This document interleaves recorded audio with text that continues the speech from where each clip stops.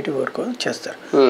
ఆ టైంలో ఇంకా పార్టీని సస్టైనబుల్ అయినట్లా కుదురుతుంది, లోకేష్ ప్రైసెస్ మీద నడవాలి. అంటే వీళ్ళు వెళ్ళకపోవడానికి కూడా చిన్న కారణం ఏంటంటే ఉండవల్లి శ్రీదేవి లాంటి వాళ్ళు, అంటే రీసెంట్గానే ఆవిడ చేరింది, ఒక ముందే చేరిన అఫీషియల్గా చేరింది.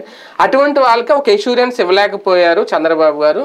ఇంకా కొత్త వాళ్ళు వెళ్తే వాళ్ళ పరిస్థితి ఏంటి, దాని వల్ల కూడా వెళ్ళలేకపోతున్నారు. అదే నేను అనేది, అక్కడ అసలు టోటల్ ఫెనామినానే చూసుకుంటారు కదా. వాళ్ళ వేగ్గా ఏదో పేపర్ ఒకటి రాసేసాడన్ను, లేకపోతే ఎవడో మాట్లాడేసాడన్ను వెళ్ళిపోలేరు కదా. ఇన్నేళ్ల కష్టం, ఒక స్థిరత్వం. ఈ స్థిరత్వం ఇవాళ ఫర్ ఎగ్జాంపుల్ ఇవాళ మనకు ఉందనుకోండి, నాకు ఒక 4-5 శాటిలైట్ ఛానల్స్ వాళ్ళు పిలిచారు రమ్మని. నేనేం అడుగుతున్నాను, నేను అక్కడికి రావాలంటే నేను అక్కడికి రాను హైదరాబాద్కి. ఎందుకు, నా వర్క్ పరంగా ఇప్పుడు పేపర్లు ఎక్కడికక్కడ డివైడ్ అయిపోయినాయి, అక్కడ రావు. అక్కడికి వచ్చి నేను కూర్చుని ఏం చేయాలి, తెలంగాణ వార్తలు చదవాలి.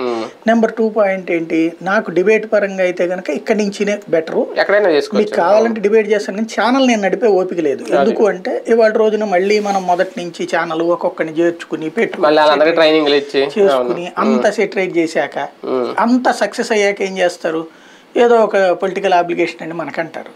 అప్పుడు మనం బయటకు వచ్చేయాలా, ఈ పొలిటికల్ అప్లికేషన్ తో మన వల్ల కాదని.